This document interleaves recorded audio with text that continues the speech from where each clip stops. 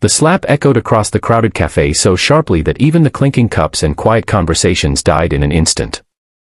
Hot coffee spilled across the polished floor, a ceramic mug shattered under the table, and Daniel Harper froze with one hand pressed to his cheek, his 6-year-old daughter staring at him with wide, terrified eyes. Across from him stood Victoria Hale, the ruthless CEO whose face had become a symbol of wealth, power, and perfection in the city. Her expensive coat shimmered under the cafe lights, her jaw clenched in disgust, as if the men before her were something beneath notice. But what no one understood in that moment was that the scar running across Daniel's forearm, usually hidden beneath rolled sleeves and years of silence, had just caught the eye of the one man standing behind her. And the bodyguard's face drained of color as if he had just seen a ghost from a life he owed everything to. Before we go further, if you believe kindness matters, if you believe people deserve second chances no matter how broken life has made them, take a second to like this video, comment where you're watching from, share this story with someone who needs hope, and subscribe to the channel for more emotional stories that stay with you long after they end. Daniel had not walked into that cafe looking for trouble.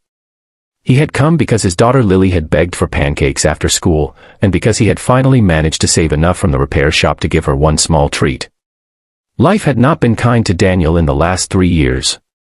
His wife, Emma, had died after a sudden illness, leaving him with a mountain of hospital debt, a child too young to understand loss, and a silence in the house that sometimes felt heavier than grief itself. He worked 12-hour shifts fixing cars, skipped meals when bills stacked too high, and smiled through exhaustion because Lily still believed her father could fix anything. The cafe was supposed to be one of those rare soft moments in a hard life, a place where he could watch syrup drip down his daughter's fingers and pretend, just for half an hour, that life wasn't constantly one step away from collapse. Victoria Hale entered that same cafe surrounded by the invisible storm of her own importance. People moved aside without being asked. Staff straightened their backs. Phones lifted discreetly for pictures. She was known across the city as a woman who had built an empire after inheriting almost nothing but ambition. But success had hardened her into something cold. She measured people by what they could offer, and she had long ago stopped seeing struggle as human. To her, weakness was a choice. That afternoon, she was already furious from a failed deal, a betrayal in the boardroom, and a day that had not gone according to plan. When Lily accidentally bumped into her table while carrying a cup of juice, splashing a few drops across Victoria's designer bag, the cafe held its breath. Daniel was on his feet instantly, apologizing, pulling napkins from the table, trying to explain that his daughter hadn't meant any harm. Lily was trembling, her lip quivering as she clung to her father's arm. But Victoria wasn't looking at the child. She was looking at Daniel's worn shirt, his tired face, his calloused hands, and the cheap shoes that had clearly seen better days. Her anger needed somewhere to land, and in Daniel she found the easiest target. Her words came sharp and humiliating, accusing him of carelessness, of raising a child without manners, of bringing chaos wherever he went. Daniel tried to stay calm. He lowered his head, apologized again, and reached for Lily as if shielding her from the shame being poured over them. But Victoria mistook his patience for weakness. And then, in front of a room full of strangers, she slapped him. The sound was cruel not because of its force, but because of what it did to Lily. She gasped like the world had cracked open beneath her feet. Daniel's hand rose slowly to his cheek, not in anger, but in disbelief. He had been insulted before. Poverty had a way of making strangers feel entitled to your dignity. But being struck in front of his daughter tore through him in a different way. He looked at Lily, and all he seemed to care about was the fear in her eyes. That was when Victoria's bodyguard stepped forward. His name was Marcus Reed, a broad-shouldered man with the stillness of someone who had seen war and learned to survive it. Until that second, he had been just another silent figure in a black suit, paid to stand behind power and keep danger away. But the moment Daniel raised his arm to steady Lily, Marcus saw the scar near his elbow, a jagged line curving down the forearm like lightning trapped under skin. Marcus knew that scar. He knew it because 15 years earlier, on a freezing highway outside Baltimore, he had seen that same arm reach through shattered glass and pull him out of a burning truck. Marcus had been 19 then, reckless and angry, driving too fast through a storm after a fight with his brother. The crash should have killed him. The truck had rolled twice, fuel leaking, fire beginning to catch. He remembered screaming, unable to move his leg, the world filling with smoke. Then a stranger had appeared out of nowhere. A younger Daniel, barely more than a kid himself, had ripped open the door, burned his own arm dragging Marcus out, and stayed with him until the ambulance came. Marcus had asked for his name, but Daniel had vanished before the police arrived, leaving behind nothing except the scar he had earned saving a life that wasn't his responsibility. And now that man stood humiliated in a cafe, protecting his daughter from the woman Marcus was paid to serve. Marcus stepped between Victoria and Daniel, and for the first time in years, Victoria looked confused. The bodyguard she trusted more than most executives in her company wasn't watching the room anymore. He was staring at Daniel with something close to reverence. In a low voice that carried farther than he intended, Marcus said the words that changed everything. Daniel Harper had once saved his life. He told the cafe how a stranger had dragged him from a burning wreck and disappeared before anyone could thank him. He rolled up Daniel's sleeve gently, showing the scar to the stunned crowd like proof that goodness could survive even when the world forgot it. The room changed. It was subtle at first, like a shift in weather. The judgment in people's eyes turned into shame. The cafe manager, who had stayed silent to avoid upsetting a powerful customer, suddenly looked horrified. A woman at a nearby table wiped away tears. Someone whispered that Daniel was a hero. Lily stared up at her father with a kind of pride that made his throat tighten. Victoria's face, so carefully composed moments earlier, seemed to crack under the weight of what she had done.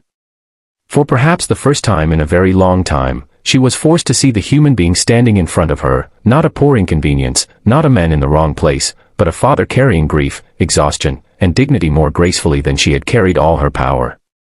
Victoria tried to apologize, but the words came out weak, almost foreign on her tongue. Daniel did not shout. He did not demand revenge. He simply picked up Lily's tiny coat from the chair, thanked Marcus with a look that held old kindness and fresh pain, and prepared to leave. That quietness wounded Victoria more deeply than anger could have. It made her realize that the man she had struck had more strength in his silence than she had in all her authority. But Daniel never made it to the door. Lily, still clutching his hand, turned back with the innocence only children possess and asked Victoria why rich people were always so mean to tired dads. The question hit the room like another slap, only this one landed where it belonged. Victoria stood motionless, stripped of every title and every defense. In that moment, she was no longer a CEO. She was just a woman facing the ugliest part of herself through the eyes of a child. What happened after that did not fix everything overnight, because real life rarely changes in one dramatic sweep. But it began there. Victoria spent days trying to find Daniel, not to save her reputation, but because the shame of that afternoon would not let her sleep. When she finally tracked him down at the small repair shop where he worked, she saw the truth of his life.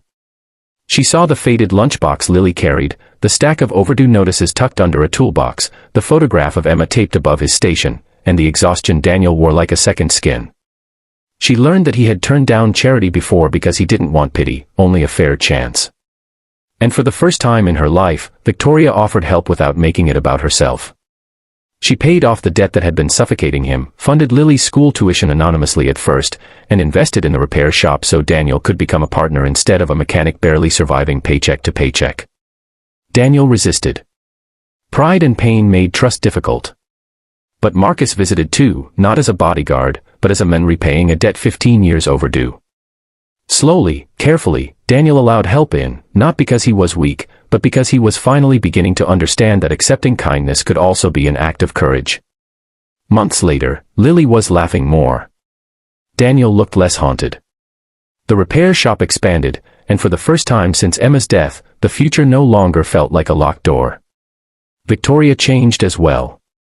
She started showing up at shelters and scholarship programs without cameras, listening more than speaking, learning that leadership without compassion is just polished cruelty.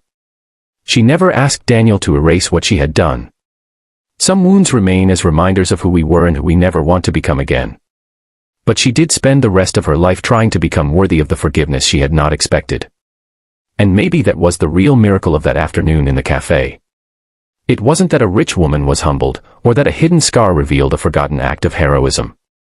It was that one moment of public cruelty uncovered three quiet truths: that kindness is never wasted, even when no one thanks you for it, that dignity can survive humiliation, and that even the hardest hearts can still be broken open by truth. Before the story ends, I want to ask you something special. Comment below with just one word. kindness, if you believe one act of compassion can change a life forever. Years later, Lily would barely remember the sting of that day. What she remembered instead was her father standing tall after being humiliated, choosing gentleness over rage. She remembered Marcus kneeling to tell her that her dad was the bravest man he had ever known. She remembered Victoria crying quietly outside the repair shop the first time Daniel forgave her. And she remembered that the world, for all its cruelty, still had room for grace. If this story touched your heart, if it reminded you that we never truly know the battles someone is fighting, please like this video, leave a comment, and share it with someone who still believes humanity can be better. And if you want more emotional stories about pain, healing, and second chances, subscribe to the channel and stay with us for the next one. Because sometimes, the scar the world judges is the same scar that proves someone once chose to save a life.